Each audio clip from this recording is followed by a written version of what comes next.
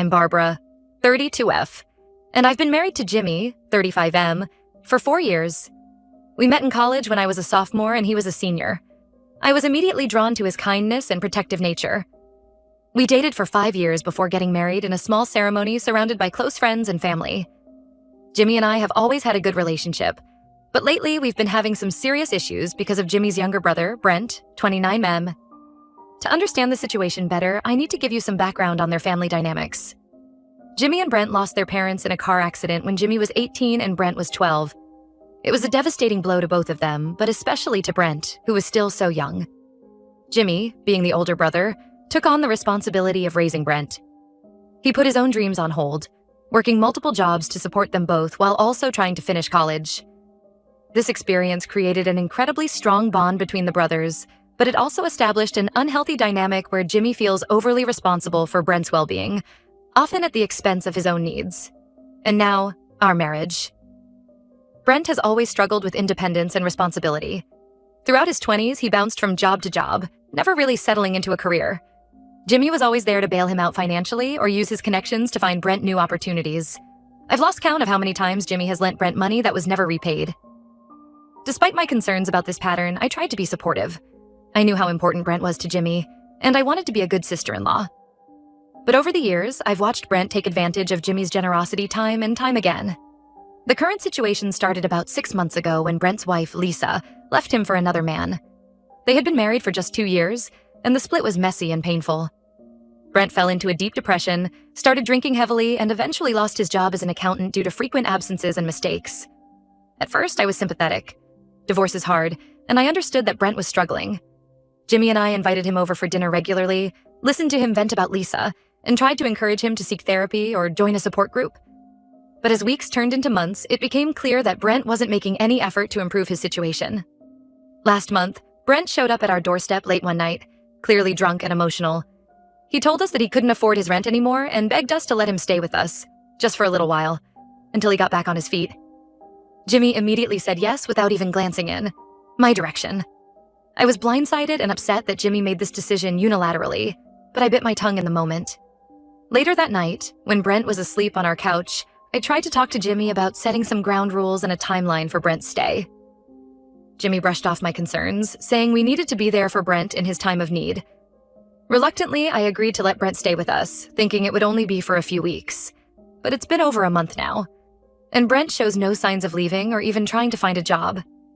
He sleeps until noon every day, leaves messes all over the house, eats our food without contributing anything, and spends most of his time playing video games or watching TV. I work from home as a graphic designer, and having Brent around all day is incredibly disruptive. He's loud, he interrupts me constantly, and he's even started using my office when I'm not in there, claiming he needs the space to job hunt, though I've never actually seen him apply for anything. I've tried talking to Brent about cleaning up after himself and looking for jobs, but he just makes excuses or empty promises. When I bring it up with Jimmy, he defends his brother and says we need to be patient because Brent is going through a hard time. But I feel like we're enabling Brent's laziness and irresponsibility at this point. The final straw came last week. I had an important client meeting via video call, so I asked Brent to please be quiet and stay out of the office for a couple of hours. He agreed, but halfway through my call, he barged into the office, clearly drunk, and started rummaging through my desk drawers, muttering about needing a pen. I was mortified and had to abruptly end my call. When I confronted Brent about his behavior, he got defensive and accused me of being uptight and unsympathetic to his situation. I lost my temper and told him that his behavior was unacceptable and that he needed to start looking for his own place. Brent stormed out of the house and, of course, called Jimmy to complain about how mean I was being. When Jimmy got home that evening, instead of backing me up, he accused me of being heartless and abandoning family in their time of need. He said I don't understand because I'm an only child and don't know what it's like to have siblings. We got into a huge fight about it. I pointed out all the ways Brent has been taking advantage of us and disrupting our lives. Jimmy countered by bringing up all the times his family welcomed me for holidays when my own parents were being difficult. My relationship with them has always been strained. He said he never complained when my college friend stayed with us for a week last year, when she was visiting town. I felt like Jimmy was completely missing the point. Hosting someone for a week is very different from letting them move in indefinitely with no end in sight. I told Jimmy that I love him, but I can't continue living like this. Our home doesn't feel like our own anymore with Brent here all the time. I said that Brent needs to move out by the end of the month. Jimmy got even angrier at this ultimatum. He accused me of trying to come between him and his brother and said that if I force Brent out, I'll be damaging their relationship irreparably. He stormed out of the house and didn't come back until late that night. He's barely spoken to me since then, except to reiterate that he won't kick Brent out. I'm at my wit's end here. I feel torn because I know Brent is struggling, but I also feel like we've done enough to help him already, and he's taking advantage of our kindness. I don't want to come between brothers, but I also don't want to be a doormat in my own home. Am I the asshole for wanting to kick my brother-in-law out? What should I do in this situation? Update 1. Thank you all for your responses and advice. I really appreciate the support and different perspectives you've offered. It's given me a lot to think about. After reading your comments, I decided to try one more time to have a calm, rational discussion with Jimmy about the situation. I waited until we both had a day off work and Brent was out of the house. I made Jimmy's favorite breakfast and suggested we have a picnic in the park where we had our first date, hoping the nostalgic location might help him remember our relationship's importance. At the park, I calmly explained how disruptive and stressful it's been having Brent living with us. I shared specific examples of how his behavior has affected my work and our home life. I emphasized that while I sympathize with Brent's struggles, I don't think we're actually helping him by letting him freeload indefinitely. I also opened up about how hurt I've been feeling by Jimmy's dismissal of my concerns and his accusation that I don't understand sibling relationships. I reminded him of how supportive I've been of his relationship with Brent over the years, despite my own complicated family history. To my surprise, Jimmy actually listened this time. As we talked, he began to open up about his own conflicted feelings. He admitted that he knows Brent has been taking advantage of the situation, but he feels trapped by guilt and obligation. He confessed that every time he tries to talk to Brent about finding a job or moving out, Brent brings up their parents' death and how Jimmy promised to always take care of him. Jimmy broke down, crying as he shared how scared he is of losing Brent, the only blood family he has left. He's terrified that if he pushes Brent too hard, Brent might start drinking even more heavily or do something drastic. Jimmy revealed that Brent has made vague comments about not wanting to go on that have really worried him. I was shocked by this information. I had no idea Brent had been emotionally manipulating Jimmy to this extent.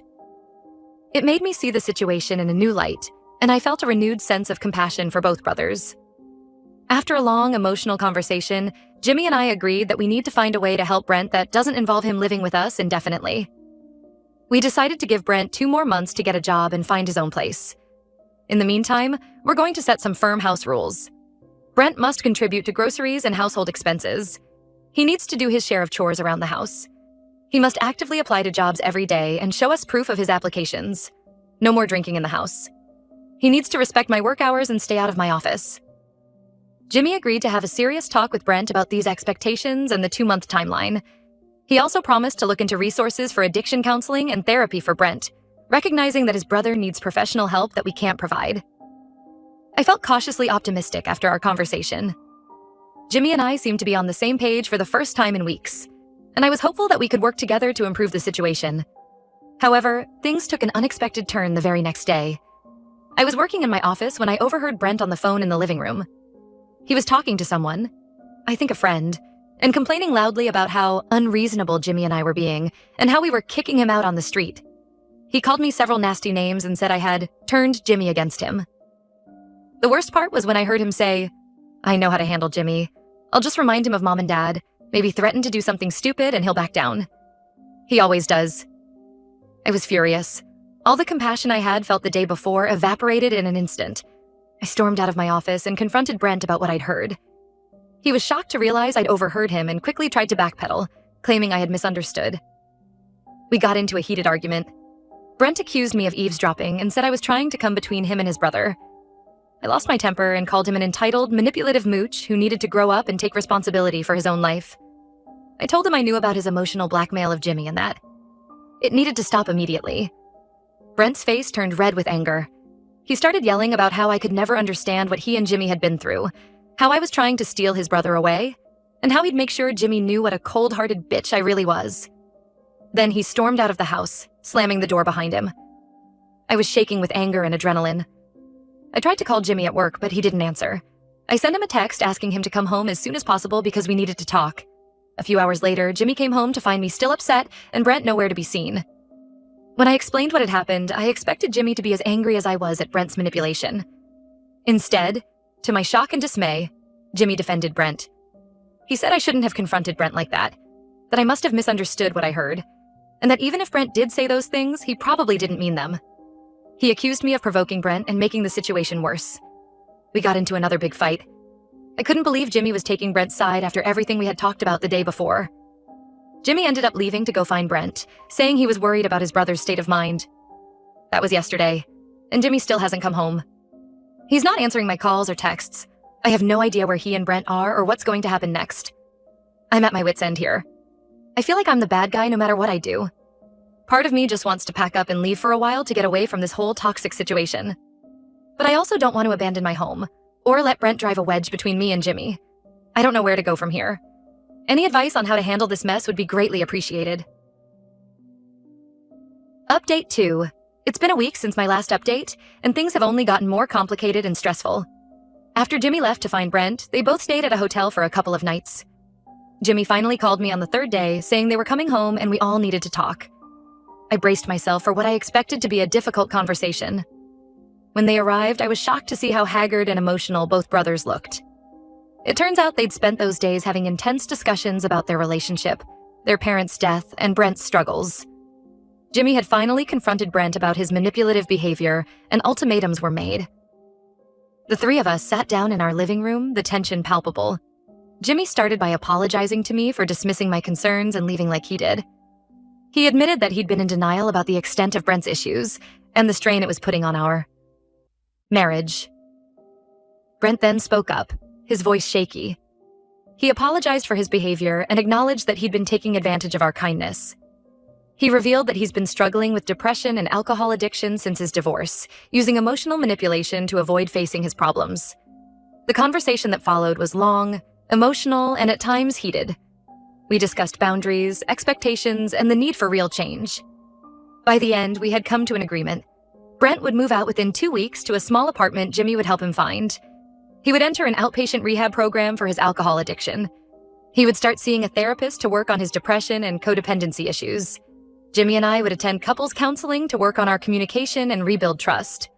Family dinners would be limited to once a week, and Brent would need to respect our boundaries.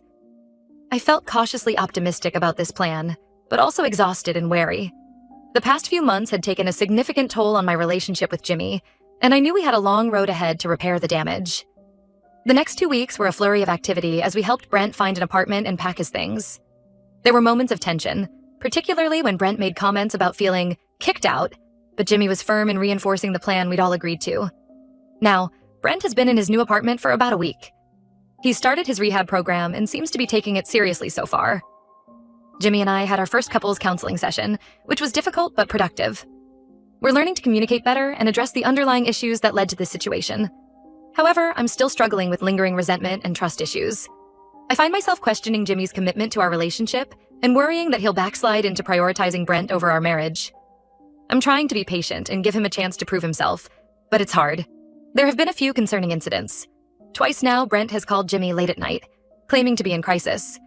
Both times, Jimmy rushed over to Brent's apartment, leaving me feeling abandoned and worried. When I expressed my concerns, Jimmy got defensive, saying he can't just ignore his brother when he's in need. I understand the desire to help family, but I also feel like clear boundaries need to be established. I'm worried that Brent is already falling back into old patterns of manipulation and that Jimmy isn't strong enough to resist. On a positive note, I've been focusing on rebuilding my own sense of self and independence. I've started taking an online course to expand my graphic design skills, and I've been reconnecting with friends I'd neglected during the chaos of the past few months. It feels good to reclaim some control over my life and remember who I am outside of this family drama. Jimmy and I are trying to plan a weekend getaway to reconnect and focus on our relationship without distractions. I'm hopeful that it will be a positive step, but I'm also anxious about leaving Brent unsupervised for an entire weekend. I'm taking things one day at a time, trying to balance being supportive of Jimmy's relationship with his brother while also advocating for my own needs and the health of our marriage. It's a difficult tightrope to walk, and I'm not always sure if I'm handling things the right way. Any advice on how to navigate this complex family dynamic while protecting my marriage would be greatly appreciated. I'm committed to making this work, but I'm also scared of being hurt again if things don't improve. Update 3. It's been about a month since my last update, and I wanted to share the latest developments in our ongoing family saga. Brent has now been living in his own apartment for 5 weeks. The transition hasn't been smooth, but there have been some positive changes. He's been attending his rehab program regularly and, according to Jimmy, hasn't had a drink in 3 weeks. He's also started seeing a therapist twice a week to work on his depression and codependency issues. Jimmy and I have been continuing with our couples counseling. It's been challenging but illuminating. We've uncovered some deep-seated issues in our relationship that go beyond the situation with Brent. Jimmy's need to be the protector and fixer, stemming from his experience of losing his parents and raising Brent, has led him to sometimes dismiss my feelings and opinions. On my part, my difficulty in expressing vulnerability due to my strained relationship with my own family has made it hard for me to communicate my needs effectively. We're slowly learning to communicate better and understand each other's perspectives. It's a work in progress, but I feel like we're moving in the right direction. The weekend getaway we planned was both wonderful and stressful. We had some great moments of reconnection, enjoying each other's company without the constant tension of the past few months. However, Brent called Jimmy multiple times during our trip, each time with some minor crisis that he insisted only Jimmy could help with. Jimmy tried to set boundaries, but I could see how torn he felt each time his phone rang. On the positive side, I've thrown myself into my work and personal development. The online course I'm taking has led to some exciting new project opportunities. I've also started volunteering at a local animal shelter, which has been a great source of joy and stress relief. As for our family dinners, we've managed to stick to the once-a-week schedule. They're still somewhat tense affairs, but they're improving. Brent seems to be making an effort to engage in more positive conversations and has even started asking me about my work, which is a big step for him. However, there have been some setbacks. Last week, Brent lost his job at the local supermarket where he'd been working part-time. He claimed it was because his boss was unsympathetic to his recovery process, but Jimmy later found out that Brent had been consistently late to shifts. This led to another argument between Jimmy and me about how much support we should be providing Brent.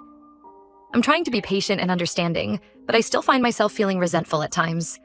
There are moments when I wonder if this is what the rest of our lives will look like, constantly walking on eggshells, waiting for the next crisis with Brent.